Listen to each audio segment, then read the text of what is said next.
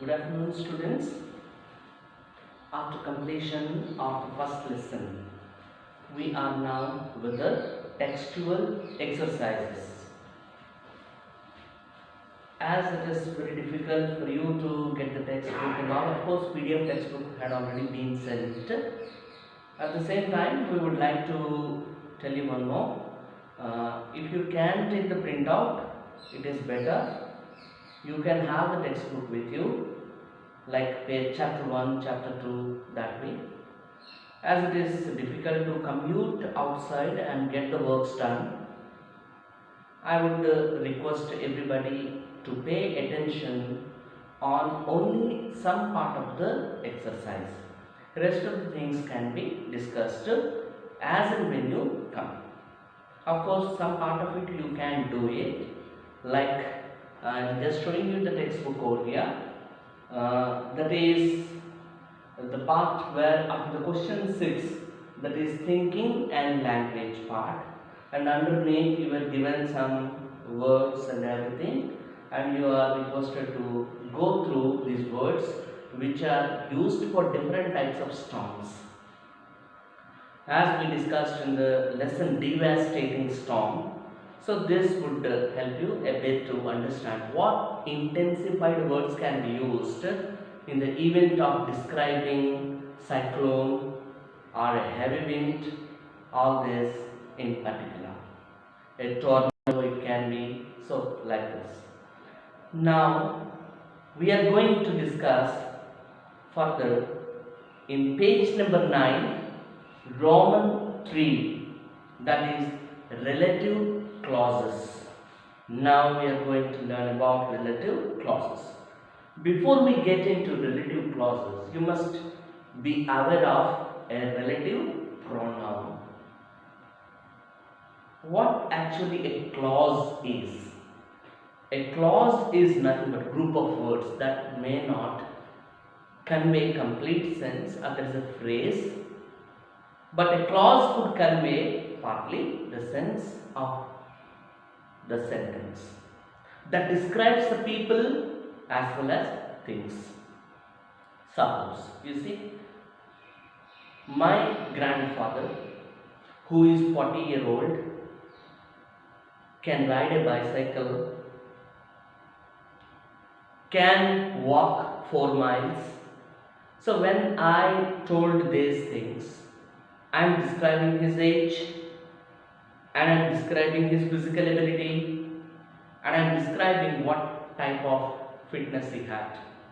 So these type of things would let us know about the relative pronoun that I used, which are connecting the person with his qualities over here. The person with the qualities. Now let us get into the relative pronouns for a while.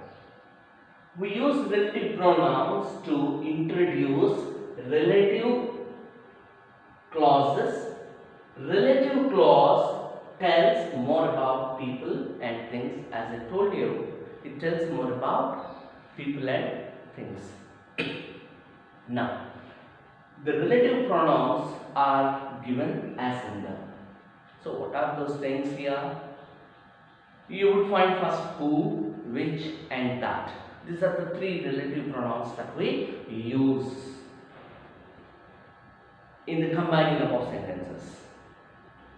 For example, you see, a man stood at the bus stop is my uncle. A man stood at the bus stop is my uncle. He is my uncle. I give 2 main clauses of the sentence. A man stood at the bus stop. It's a complete sentence. It's a main clause. And the second sentence that I gave you is also another main clause of the sentence. What is this main clause here? Main clause is that which do never depend upon, which doesn't depend upon another sentence to give its complete thought, is called a main clause. Subordinate clause if I call, say suppose we use like this. If I work hard, what happens? I will get good mark, or I shall get good mark. So when I tell you if I work hard, when I say that if I work hard, it does mean it does mean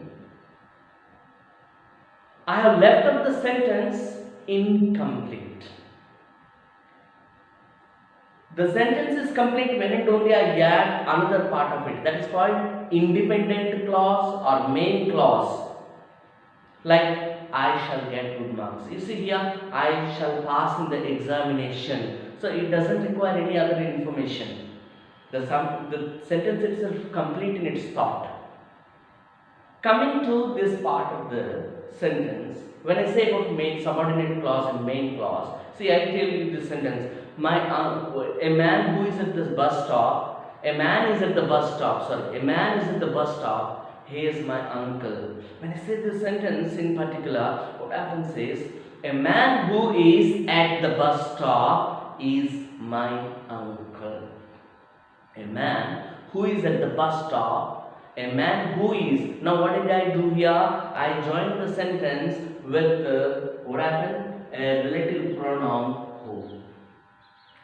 So this is a subjective case, who, which, that are called as subjective case, or that can also be called as nominative cases. When I use them as objects of the sentence, now it tells about objective case. That is called as accusative case. What do we call it? Accusative. A-C-C-U-S-A-T-I-V-E. Accusative case. Objective cases are called accusative case. Who is subject as well as object. Who or who. Now, which remains which, and that remains that. When do we use these relative pronouns in particular, and what is their use? That we must know in clear. So, at the same time, we would discuss the possessive case. What is this possessive case? See, suppose now I have a pen with me. I may ask somebody when I do not know whose pen is this. I may ask this question: whose pen is it? Okay, whose pen is this? Whose pen is this? Whose duster is this? Whose piece of chalk is this? Whose book is this? So when I asked these type of questions, whose, what is that here? It is someone, something it was telling about someone possesses it. Someone possesses it. Therefore, it is a possession. So the possessive case is also written here, whose and whose for both, which also has the possessive case as whose. Now at the same time, you see in general grammar, we have another possessive cases. Like you see here, suppose let me have this pen in my pocket. Now you see here, I have a pen in my pocket, have, and I possess this pen. I possess this pen. I have a marker in my pocket. So I could call it is as a possession. So this possession would let us know about what I do have at the moment. I do have at the time of speaking. Now at the same time, we are going to know about their usages. Where do we use these relative pronouns in particular? Now, who is used particularly for people. This who relative pronoun is used only for people. Now at the same time, which is used for the things that do not have life at all. And that can be used for both objects as well as human beings. That means the things that have life and things that do not have life. So it can be used for both.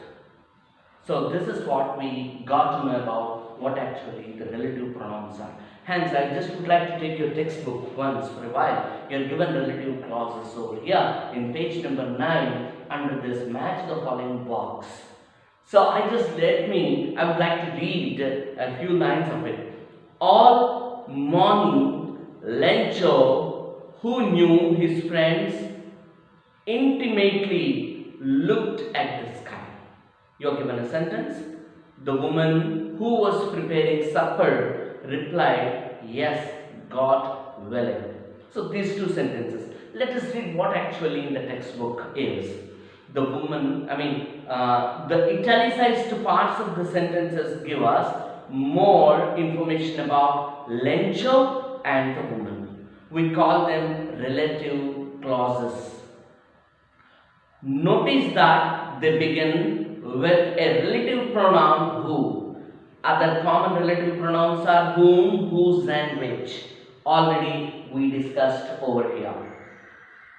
The relative clauses in sentence A and sentence B above are called non-defining because I already know the identity of the person they describe. Lencho is a particular person and there is a particular woman he speaks to.